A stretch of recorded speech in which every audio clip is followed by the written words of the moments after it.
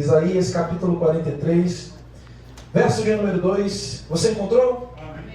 Diz assim a palavra do Senhor: quando você passar pelas águas, eu estarei com você. Quando passar pelos rios, eles não o submergirão. Quando passar pelo fogo, você não se queimará. As chamas não o atingirão. Amém? Feche seus olhos. Pai, muito obrigado por essa noite. Obrigado por tudo quanto já vivemos aqui. Senhor, e queremos te pedir, Senhor, fica conosco, fala conosco. Queremos ouvir a tua voz. Senhor, a tua voz que é maravilhosa, a tua voz que nos dá ordem, a tua voz que nos direciona. E queremos sair dessa noite com a certeza de que o Senhor falou conosco e certamente continuará falando. Por isso peço que o Senhor abra os nossos ouvidos espirituais, assim como os nossos olhos, para ouvirmos e enxergarmos a tua vontade para as nossas vidas. Mas se também podemos pedir algo a mais, Senhor, abra os nossos corações, para que possamos receber essa boa semente, que essa semente caia em um solo fértil, que ela possa produzir frutos, que ela possa frutificar, que ela possa crescer para a honra e glória do seu santo nome. Muito obrigado. Fica conosco. É isso que nós pedimos e já te agradecemos em nome de Jesus. E se você crê nisso, diga amém. Amém. Pode aí tomar o seu assento. O título da mensagem dessa noite é O Fogo que não destrói, mas revela. Repita comigo. O fogo que não destrói, mas revela. Fala para a pessoa que está no seu lado. O fogo que não destrói, mas revela. Glória a Deus. Vejamos o texto de Isaías no capítulo 43, verso 2. Um texto muito forte, um texto muito poderoso que diz: quando você passar pelas águas, eu estarei com você. Quando passar pelos rios, eles não o submergirão. Quando passar pelo fogo, você não se queimará. As chamas não o atingirão. Veja, meus irmãos, que o fogo, ele sempre foi temido. O fogo, ele sempre foi temido, por quê? Porque ele pode destruir uma casa em minutos. Ele pode destruir, consumir uma floresta inteira. Não apenas isso, mas ele pode sim matar. Matar uma vida, matar vidas. Mas o mesmo fogo que destrói, também é o mesmo fogo que aquece no inverno. O mesmo fogo que destrói é o mesmo fogo que ilumina na escuridão. O mesmo fogo que destrói é o mesmo fogo que nós usamos para cozinhar alimentos. O mesmo fogo que destrói é o mesmo fogo usado para purificar metais, para transformar metais. Veja que nesses pequenos segundos e nessas pequenas frases que aqui eu trouxe, nós podemos perceber que o problema não é o fogo, mas o problema é quem controla o fogo. O problema não está no fogo, mas o problema está em quem manuseia o fogo. Veja que quando o fogo ele é descontrolado, ele vira uma tragédia. Ele causa uma tragédia, como disse, casas, florestas, mortes. Mas, quando o fogo está nas mãos certas, ele vira um instrumento para produzir muitas coisas, para aquecer no inverno, para iluminar na escuridão, como disse, para cozinhar, para purificar metais. E quando falamos do fogo de Deus, quando falamos sobre esse assunto, o fogo de Deus, nós não estamos falando de uma destruição desgovernada. Nós não estamos falando de um Deus que usa o fogo para uma destruição desgovernada. Não, mas quando falamos do fogo de Deus, nós estamos falando do avivamento. Nós estamos falando de purificação. Nós estamos falando de manifestação do Espírito Santo. Nós estamos falando de presença. Nós estamos falando de transformação. Todos aqueles que passam pelo fogo não são os mesmos. Todo aquele que pisa no santo dos santos, como diz uma canção muito famosa, não consegue viver em outro lugar. Porque todos nós que vivemos experiências, que sentimos o fogo de Deus, somos marcados. Somos marcados pela presença de Deus na nossa vida. E existem experiências que só acontecem dentro do fogo. Você sabia disso? Fala para essa pessoa que está no seu lado. Você sabia que existem experiências que só acontecem dentro do fogo? É, dentro do fogo. E o primeiro ponto de destaque que eu queria fazer nessa noite é: o fogo que revela a presença. Repita comigo: o fogo que revela a presença. Aqui eu gostaria de falar de 3 personagens: Sadraque, Mesaque e Abednego.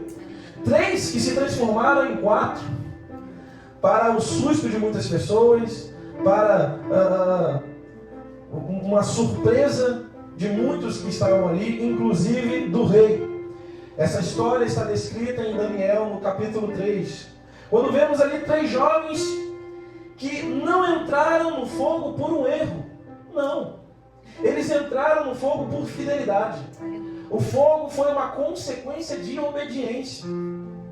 E veja que as pessoas que não entendem, que não conhecem o fogo, acham que podem usar o fogo para destruir aquele que serve a Deus.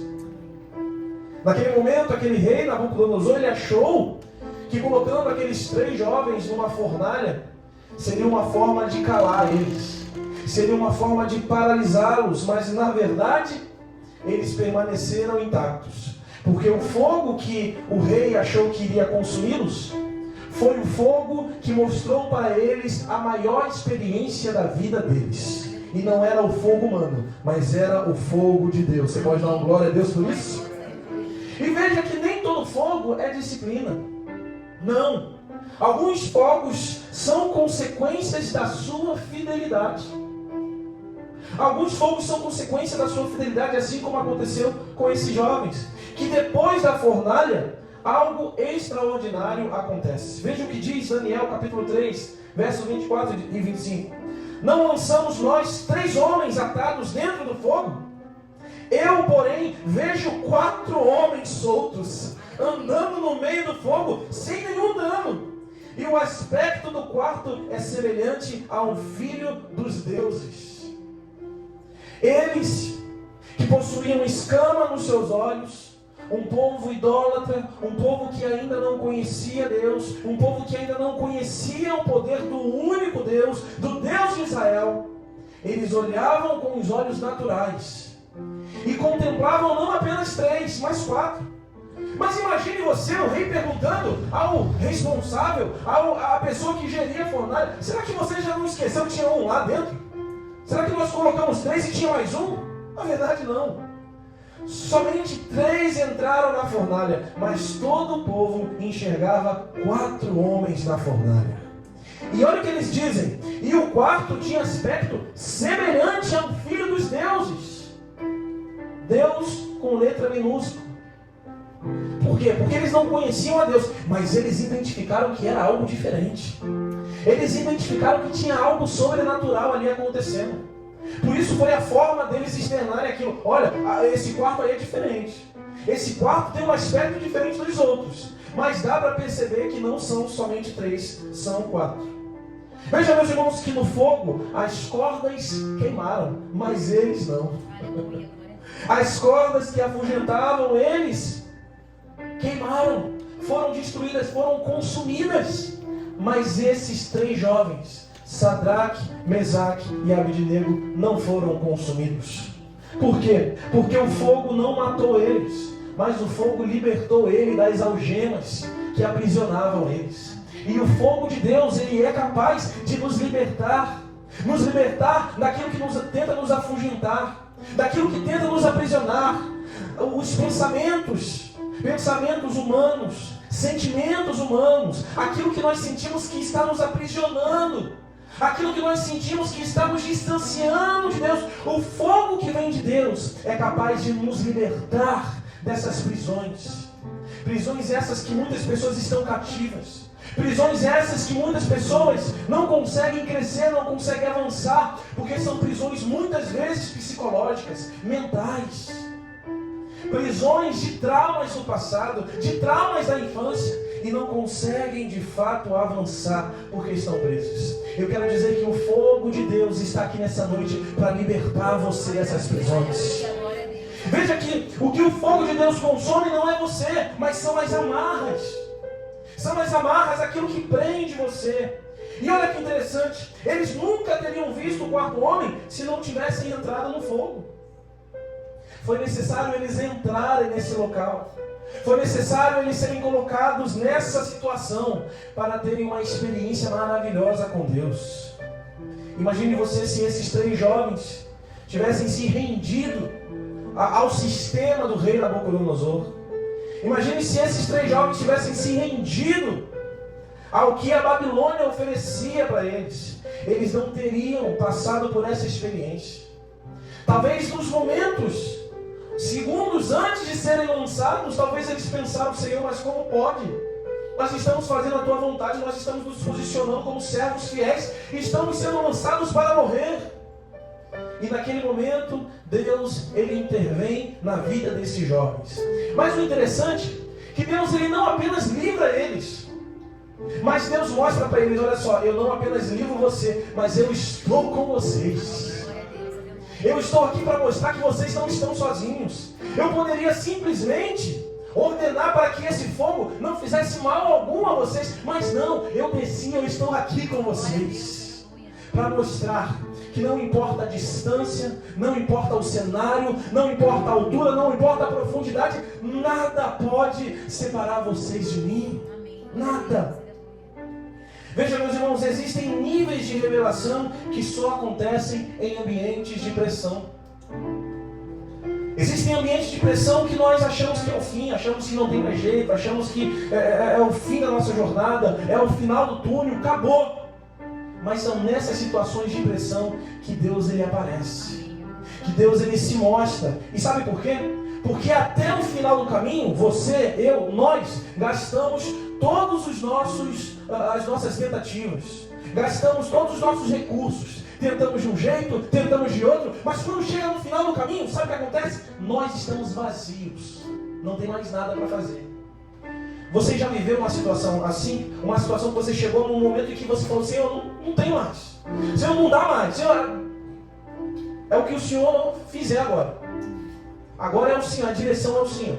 Porque eu já gastei tudo, eu já tentei de todas as formas, já clamei, já adorei e a situação não mudou. Isso já aconteceu comigo. E são nessas situações, quando nós estamos totalmente dependentes de Deus, que Ele começa a agir, que Ele começa a fazer o sobrenatural dEle. Deus, Ele não é um Deus que deixa para chegar aos 47 do segundo tempo, nos acréscimos. Não é um Deus que chega atrasado, Ele chega na hora certa. Ele chega no momento certo. Ele faz da forma como Ele quer, do jeito que Ele quer, para mostrar que Ele é Deus. Para mostrar que nós não temos nenhum tipo de ação sobre o poder dEle. Para demonstrar que a glória é dEle e Ele não divide ela com ninguém. E nós chegamos ao segundo ponto dessa mensagem, que é o fogo que confirma quem é Deus. Repita comigo: o fogo que confirma quem é Deus. Quando nós olhamos para o livro de 1 Reis, no capítulo 18, nós vemos ali Elias no Monte Carmelo. Quem já não ouviu, quem não conhece essa história? O fogo que desceu do céu. O fogo que desceu do céu e consumiu o holocausto. Essa história está descrita lá em 1 Reis, capítulo 18, versos 36 e 38. Elias desafia os profetas de Baal. Algo sensacional. E olha que interessante, ele não facilita. Deus, quando Ele mostra o poder dEle, a execução do poder dEle, de fato, não é algo simples. Você imagina o fogo descendo do céu? Para mim já é algo surpreendente. Para mim já é um motivo de todos nós rasgarmos nossas vestes, adorarmos a Deus. Se eu estivesse lá, eu faria isso. Mas não. Olha o que interessante. Ali naquele holocausto havia lenha, o holocausto havia, sabe o que mais? Água. Meus irmãos, isso para mim é surpreendente. Quando nós passamos em um lugar, não sei se você já presenciou um incêndio, a primeira reação das pessoas é fazer o quê? É jogar água, é ligar para o corpo de bombeiros, alguma coisa. Porque a água, ela tem que apagar o fogo. A água, ela serve para isso, para controlar o fogo, para deter o fogo. Mas aqui foi o contrário. O fogo de Deus consumiu a água. Consumiu a água e naquele momento para mostrar: eu sou Deus sobre todas as coisas, até sobre a física, até sobre a química. Eu sou Deus. Quem criou a física e a química fui eu. Então eu posso usar da forma que eu quiser. Então naquele momento Deus, Ele usa o contrário. Ele usa o fogo para consumir a água. Porque esse fogo não é o fogo que nós conhecemos, não é o fogo que nos assusta, não é o fogo que nós usamos para cozinhar, não é o fogo que usamos para produzir metais, não! Esse fogo é o fogo de Deus. Deus, Ele não usa o fogo dele para você cozinhar. Ele não usa o fogo dele para você produzir metais, não. Ele usa o fogo dele para transformar a nossa vida.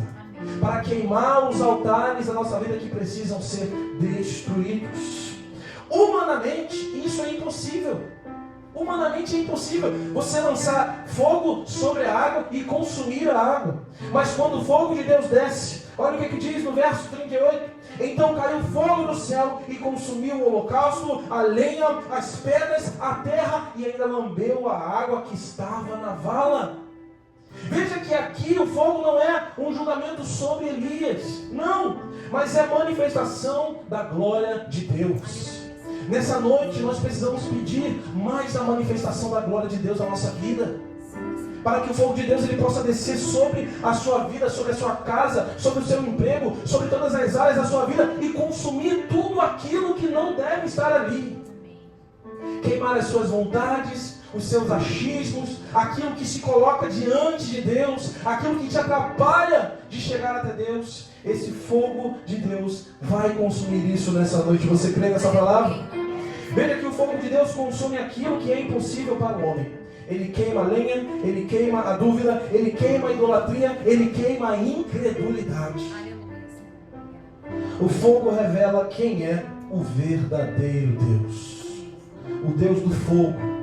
O Deus que não usa o fogo de uma forma descontrolada, mas o Deus que usa o fogo para transformação, para renovação, para avivamento. Então chegamos ao terceiro ponto dessa mensagem, que é o fogo que purifica. Repita comigo: o fogo que purifica. Veja, meus irmãos, que o ouro bruto, ele entra no fogo. Ele precisa passar por um processo de aperfeiçoamento. O ouro bruto que ainda não foi trabalhado, ele precisa entrar no fogo para ser lapidado. Veja que quanto mais quente o fogo, mais as impurezas sobem à superfície. Eu estava pesquisando sobre essa profissão ourives. Não é comum. Mas o interessante é isso, o ouro bruto ele é colocado no fogo, e na medida que ele queima, na medida que ele está sendo exposto àquele calor, àquele fogo, sabe o que acontece? As impurezas dele sobem à superfície, e fica mais fácil para o ourives, para esse trabalhador, remover as impurezas e deixar somente o que deve ficar. Veja que o fogo de Deus na nossa vida é um processo necessário. É um processo necessário para fazer subir as nossas impurezas, as nossas imperfeições. Na nossa vida nós devemos aplicar isso. Dizer: Senhor, as minhas impurezas, as minhas imperfeições, aquilo que me limita, aquilo que me impede, aquilo que me trava, Senhor, eu estou dedicando a Ti, eu estou entregando a Ti. Isso não pode, não vai mais me atrapalhar. E aí, tirando as impurezas, tirando as limitações, sabe o que permanece? Sabe o que permanece? Somente a essência. A essência do que nós fomos criados. A essência de como Deus nos criou. Nos criou para a adoração dEle. Nos criou para louvor dEle. Nos criou para a honra e glória dEle. Quando nós tiramos as nossas imperfeições, quando tiramos as nossas impurezas, o que sobra é a nossa essência de adorador. Amém? Veja que o fogo revela o que está escondido. Olha que interessante. Deus ele não coloca você no fogo para te destruir. Ele te coloca no fogo para te purificar. Assim como o ouro. Assim como uma pedra preciosa. Assim como um ouro, algo fino, algo distinto, algo que tem um valor inestimável. É necessário um processo para que isso torne a pureza. E veja o que diz Zacarias capítulo 13, verso 9, diz: farei passar esta terça parte pelo fogo, e a purificarei como se purifica a prata, e a provarei como se prova o ouro. Veja que o fogo consome o orgulho, O fogo consome a vaidade, o fogo consome os achismos, o fogo consome os desejos carnais. E quando o fogo consome isso, só fica aquilo que Deus criou, a nossa essência. Mas o interessante é que depois de consumir tudo isso, depois do fogo consumir todas essas impurezas do ouro, ele preserva aquilo que, como eu disse, é essencial. O que nós estamos esperando para deixar o fogo de Deus agir na nossa vida? O que estamos esperando? O que Deus precisa mais fazer pela sua vida? O que Deus precisa mais te provar para você deixar que o fogo dele te consuma por completo? Para deixar que o fogo dele remova as impurezas da minha, da sua, das nossas vidas. E aí nós chegamos ao quarto ponto dessa mensagem, que diz: o fogo que ilumina e direciona. Repita comigo: o fogo que ilumina e direciona. Você pode lembrar comigo lá em Êxodo, no capítulo 13, verso 21, quando o povo que saiu do Egito, o povo hebreu, estava no meio do deserto. Diz o texto que pela manhã havia uma nuvem que protegia o povo do sol. Mas a Bíblia também diz que na parte da noite, uma coluna de fogo. Uma coluna de fogo. Não apenas para iluminar, mas para direcionar aquele povo. Não apenas para iluminar, para direcionar, mas também para aquecer aquele povo em meio ao frio, em meio às friezas da vida. O fogo não era só proteção, mas o fogo era direção. Aquele fogo direcionava, aquele fogo apontava o caminho. Aquele povo dizia para aquele povo: olha, eu estou aqui com vocês. Esse fogo não é um fogo que diminui, esse fogo não é um fogo que vai apagar, não. Esse fogo é um fogo contínuo. E o fogo ele deve arder continuamente sobre o altar. Enquanto houver lenha, enquanto houver vontade, enquanto houver dedicação, o fogo de Deus ele vai continuar aceso. Amém? No deserto escuro, Deus vira luz para aquele povo. Deus vira direção. Talvez a tua vida está tudo escuro. Talvez a tua vida espiritual você não está enxergando nada. Você talvez pense: olha, eu virei um cego espiritualmente. Eu não estou enxergando nada. Na verdade não é que você não está enxergando, você está enxergando trevas, é isso. Porque na verdade hoje você se encontra nessa situação de trevas. Mas Deus ele quer se revelar como luz na tua vida. Não apenas como luz, mas como fogo. Ele não apenas quer te iluminar, mas ele quer te direcionar. Ele quer te aquecer. Ele quer trazer a sua essência e queimar as suas impurezas, queimar as nossas imperfeições. Veja, meus irmãos, às vezes o que você chama de crise é Deus te guiando com o fogo. Muitos de nós olhamos para esse povo e pensamos assim: esse povo, um povo idólatra, você está certo. Esse povo, um povo ingrato, você também está certo. Um povo que viu a manifestação de Deus e ainda assim se voltou contra Deus, você continua certo. Mas o interessante, meus irmãos, que aquele povo não estava em qualquer lugar. Eles estavam no deserto. E geralmente é no deserto que nós perdemos o controle da nossa vida. É geralmente no deserto, num ambiente de vale, que a incerteza vem, que a preocupação vem. Eu sinto muito em ter que dizer isso para você, mas o povo no deserto somos nós. Sou eu e você. Ah, mas talvez você pense: mas eu não faria a mesma coisa. Glória a Deus pela tua vida. Eu quero chegar nesse nível, em nome de Jesus. Me ensina como fazer isso. Mas a verdade é que esse povo do deserto somos nós. Onde reclamamos, onde questionamos, onde pela manhã vemos a manifestação de Deus, à noite vemos algo surpreendente, sobrenatural, vinda de Deus, e no outro dia estamos reclamando. Aí nós nos enchemos: mas que povo ingrato! Esse povo somos nós, meus irmãos. E que Deus ele tenha a mesma misericórdia que ele teve com esse povo. Que Deus ele tem a mesma compaixão que ele teve com esse povo. Porque um Deus que tira o povo do Egito, um Deus que tira o povo de escravidão, um Deus que manifesta o seu poder de dia e de noite, um Deus que traz o maná, um Deus que manda mandamentos através do seu servo. Talvez você no lugar de Deus, sabe o que você faria? Consumiria aquele povo em um instante. Ó, CPF cancelado, estampa de camisa, ela está lá, povo de Israel, hebreus, estampa de camisa, jaz esse povo. Talvez você e eu, nós faríamos isso. Mas Deus, ele é um Deus misericordioso. Ele entende que você está passando pelo deserto. Ele entende que você está passando por algo jamais visto na sua vida. Ele entende que você está passando pelo momento mais difícil da sua vida.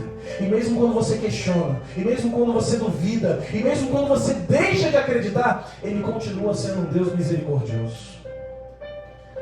Por mais que ao longo dos dias, eu imagino que aquele povo nem ligava mais para a nuvem. Aquele povo, depois de algumas semanas, nem ligava mais para a coluna de fogo. O problema é esse. Nós temos que tomar cuidado com isso. Que as experiências que temos com Deus fiquem esquecidas e se tornem obsoletas na nossa vida.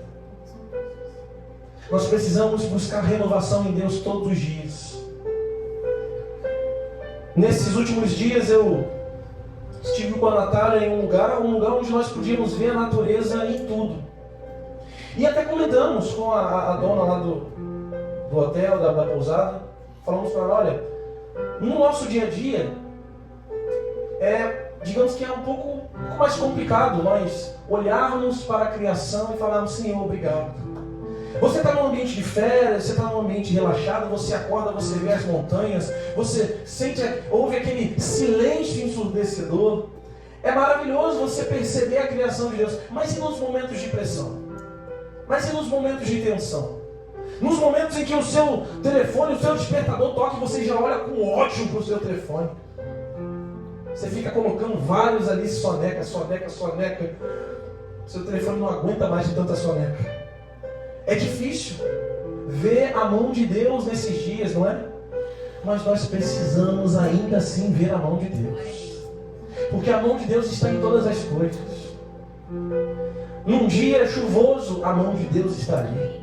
Num dia em que você talvez perdeu a hora, Deus está ali. Num dia em que você está atrasado, o ônibus está cheio, o BRT quebrou no meio do caminho, o metrô está com paralisação, o trem não está funcionando, veja a mão de Deus nesse dia. É difícil, mas quem falou que seria fácil? Quem falou isso? Ninguém falou. O próprio Jesus disse, no mundo tereis aflições, mas tende o quê? Bom ânimo. Será que nós vamos ter bom ânimo amanhã, segunda-feira, quando o nosso telefone despertar? É um desafio para você, é um desafio para mim, é um desafio para nós. Enxergar a mão de Deus nas férias, numa folga, no descanso, é maravilhoso, mas é fácil. É fácil. O difícil é no seu dia a dia. O difícil é no nosso dia a dia, na correria do dia a dia. Você já ouviu, inclusive, pessoas falando isso? Eu já ouvi pessoas declarando assim, mas eu estou ralando muito na obra de Deus. Não tenho tempo para nada. Estou ralando na obra de Deus. Eu fico muito descontente quando eu escuto isso. Eu estou ralando, não tenho tempo para nada. Peraí, para e enxerga o que Deus está fazendo na tua vida. Para de somente olhar para o serviço só. Olha para o que Deus está acrescentando na tua vida. Olha de onde você saiu e de onde você está hoje. Olha o que Deus está fazendo e o que Ele quer fazer ainda mais na tua vida. Mas devemos tomar cuidado em normalizar o milagre de Deus. Precisamos tomar cuidado em normalizar o sobrenatural de Deus na nossa vida, pela manhã, tarde, noite. Reconheça isso. Esse povo, eles não ligavam mais para aquilo. Esse povo olhou a primeira vez, se surpreenderam. Olharam pela segunda, acharam demais. Na terceira vez, já era normal. Já era algo simples. Já era algo comum. Já era algo habitual. E quando algo sobrenatural cai no habitual, nós devemos tomar muito cuidado para onde estamos sendo direcionados. Veja que o fogo não só aquece, mas ele transforma identidade. Qual é a sua identidade? Qual é a nossa identidade? Se alguém pergunta para você, qual é a sua identidade? Você vai falar, é 5, 8, 3... Não.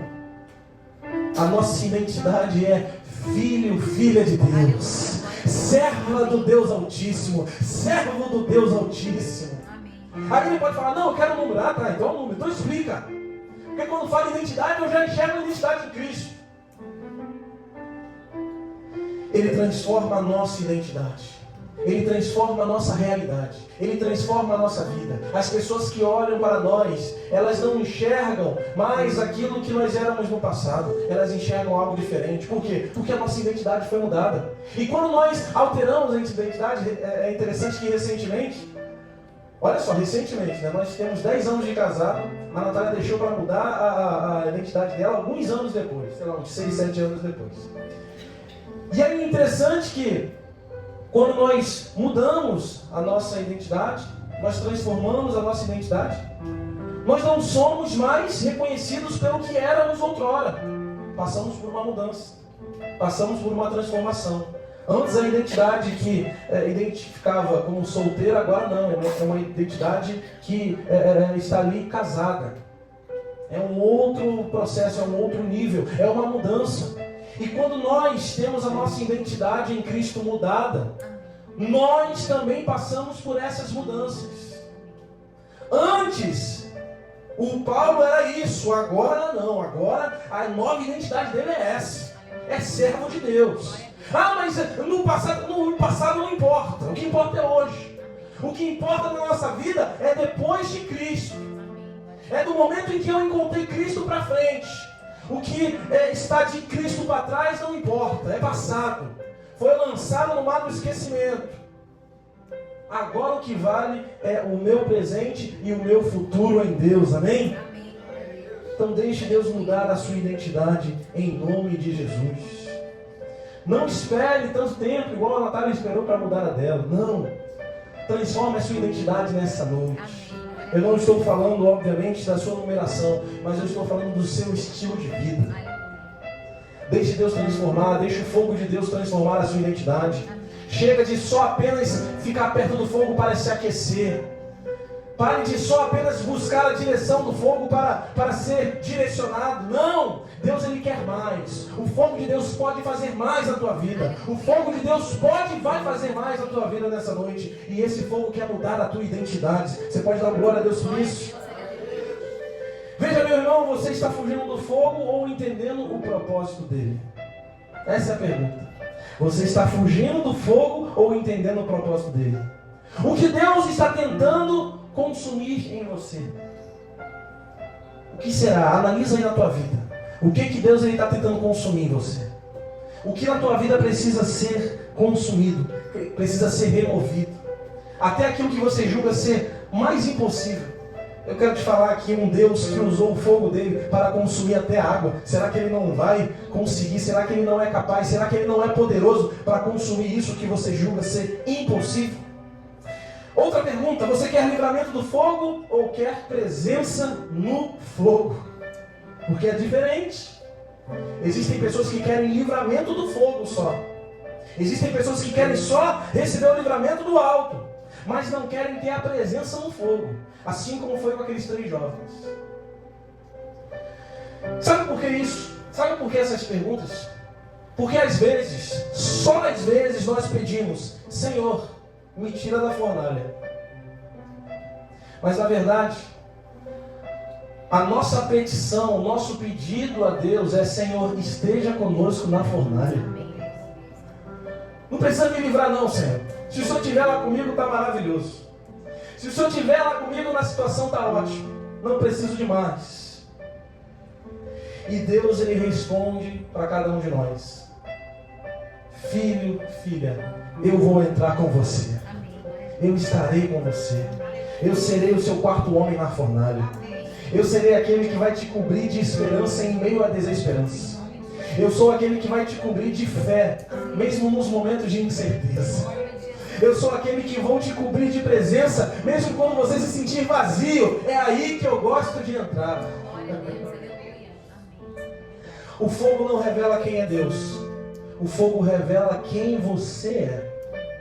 O fogo revela quem nós somos. Quem evita o fogo, evita, sabe o quê? O crescimento. Repita comigo, crescimento. Quem evita o fogo de Deus está evitando o crescimento. Está evitando, como os nossos jovens gostam de declarar, um level up, um subir de nível. Você está dizendo diretamente para Deus: Senhor, eu quero ficar aqui. Aqui está bom. Aqui está ótimo. O lugar onde eu estou aqui é maravilhoso. Não preciso de mais. Não quero mais. Mas Deus, Ele quer te levar a lugares mais altos. Deus, Ele quer te levar a níveis inimagináveis. Veja que no fogo, não apenas as amarras são queimadas, são consumidas. Mas sabe o que são consumidas também no fogo? As máscaras. Repita comigo, as máscaras. Mas missionário, você está me chamando de falso? Você está me chamando de falso? Não, não estou falando isso. Mas existe algo que muitos de nós, muitas vezes, fazemos. Ou fazíamos. Mas eu tenho certeza que a partir dessa noite você não vai fazer. Sabe o que é? Um cristão anônimo. Você sabia que existe isso? O cristão anônimo. O cristão que se sente um cristão herói. Sabe o que é o cristão herói? Ele precisa, ele não pode deixar que a sua identidade seja revelada. Não pode. A sua máscara tem que permanecer. A sua máscara tem que estar ali, impedindo que as pessoas de fato enxerguem quem ele é. Porque ele gosta disso, ela gosta disso, de permanecer nesse anonimato. Eu sou crente na hora que eu tenho que ser. Eu sou servo na hora que eu tenho que ser. Mas na hora que é para pular um carnaval, eu vou pular um carnaval. Não tem problema, eu uso máscara. Não tem problema. Mas a máscara que as pessoas usam no carnaval, as alegorias, não são as mesmas que as pessoas decidem usar espiritualmente. Você pode colocar uma máscara física, ir para a rua, pular, dançar, mas a verdade, a máscara verdadeira que você está usando é o seu espiritual. Quando você impede, quando você tem medo de que as pessoas saibam a quem você serve, a quem você declara amor, a quem você levanta a mão no domingo na igreja. Não seja um cristão do anonimato. Não seja um cristão super-herói. Não se preocupe com guardar a sua identidade. Nós aprendemos e acabamos de aprender. A sua identidade é servo de Deus. A sua identidade é serva do Altíssimo.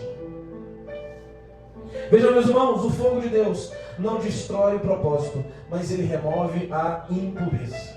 Ele remove a sujeira. Nessa noite ainda está em tempo de você pedir isso: Senhor, remove as minhas impurezas.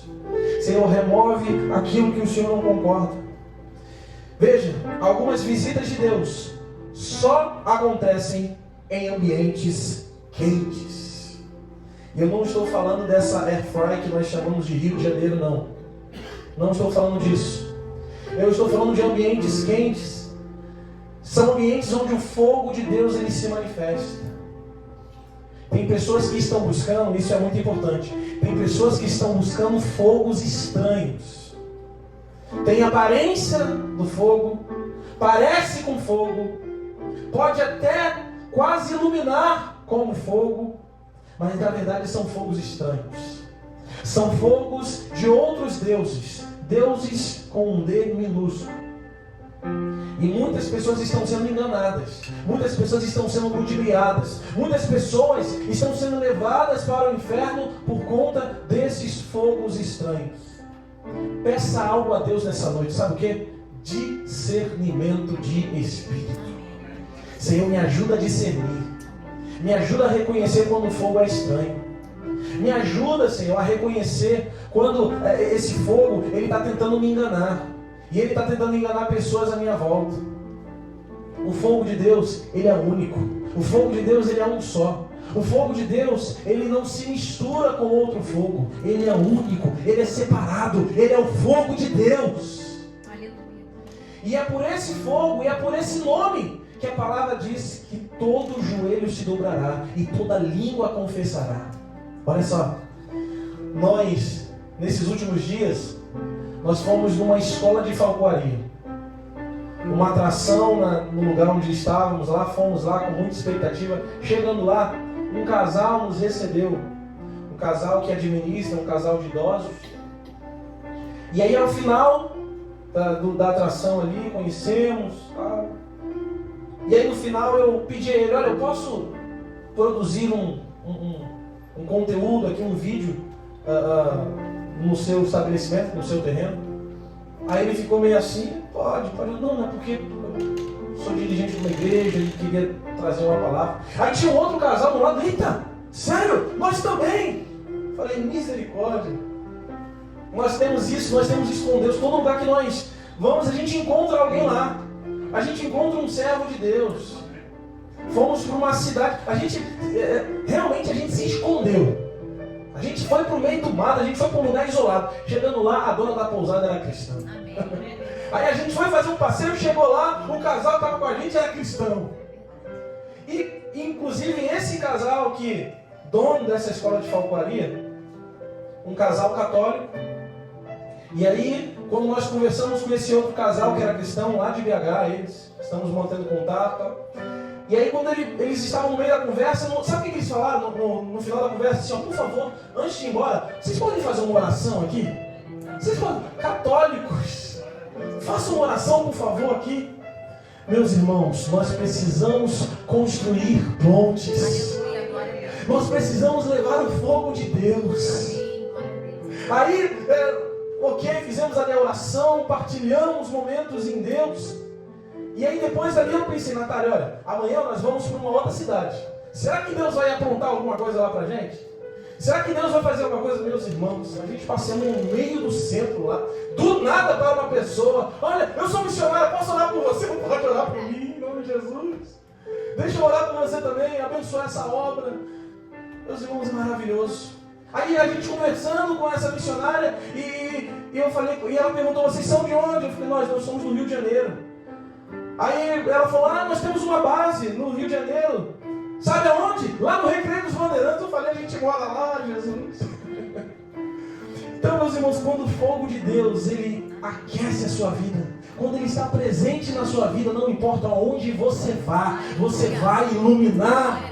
Você vai levar essa luz, você vai levar essa presença, e as pessoas que olharem para você vão olhar com uma sensação de que eu quero isso. Ei, eu sou de outra religião, mas ora aqui pelo meu estabelecimento, ora aqui pela minha vida, ora por essa causa. Porque isso acompanham aqueles que servem a Deus, aqueles que tiveram a sua vida queimada pelo fogo de Deus. O meu passado não importa, o que eu fiz no passado não importa, o que importa é que eu sou hoje, e hoje eu sou um servo, uma serva do Deus Altíssimo. Você pode dar um glória a Deus por isso? Aleluia! Não evite esses ambientes de pressão, ambientes quentes, ambientes de tensão. Não evite, porque talvez Deus ele quer usar você para levar para esses locais, para levar paz, para levar uma palavra de transformação, uma palavra de renovação, uma palavra de revelação a essas pessoas. Eu continuo orando por aqueles casais, eu continuo orando por essas vidas, e sei que eles também estão orando por nós. Agora eu pergunto a você nessa noite, é a última pergunta que eu faço: quantas vidas você está queimando com o fogo de Deus? Quantas vidas você está contaminando com o fogo de Deus? Quantas vidas nós estamos afetando com o fogo de Deus? Eu falei pela manhã no evangelismo, hoje em dia, a gente não precisa nem interceptar, é a pessoa que vem. A gente não precisa fazer nada. Gente, é só botar um violão, é só botar ali um carrom, é só alguém com o microfone. As pessoas já começam a ouvir. As pessoas já começam a chegar. Nós, na sexta-feira retrasada, dia 13, chegamos lá na praça. Quando nos posicionamos ali na praça, já veio um rapaz de... Não sei nem de onde ele veio. Falou assim, irmão, ó, fala com aquele rapaz ali para ele abaixar o som, para não atrapalhar vocês. Eu falei, glória a Deus, Deus abençoe, meu irmão. Eu não estava nem pensando nisso. Não estava nem imaginando nada de som. Ele falou, vai lá, pede para ele, ele abaixa. Fui lá, o rapaz abaixou. Fizemos um momento de louvor, de adoração. Essa mesma pessoa que indicou isso foi uma pessoa que estava ali acompanhando a gente, recebendo oração, recebendo um clamor, recebendo uma intercessão na vida dele. Glória a Deus. Mas nós precisamos afetar essas pessoas com o que nós carregamos. E o que nós carregamos? O fogo de Deus. O fogo que consome a água, o fogo que consome a lenha, o fogo que consome a pedra, o fogo que consome a terra, o fogo que consome todas as coisas. Nada pode permanecer de pé quando esse fogo ele cai, quando esse fogo vem sobre as nossas vidas. Quero convidar você a se colocar de pé nessa noite.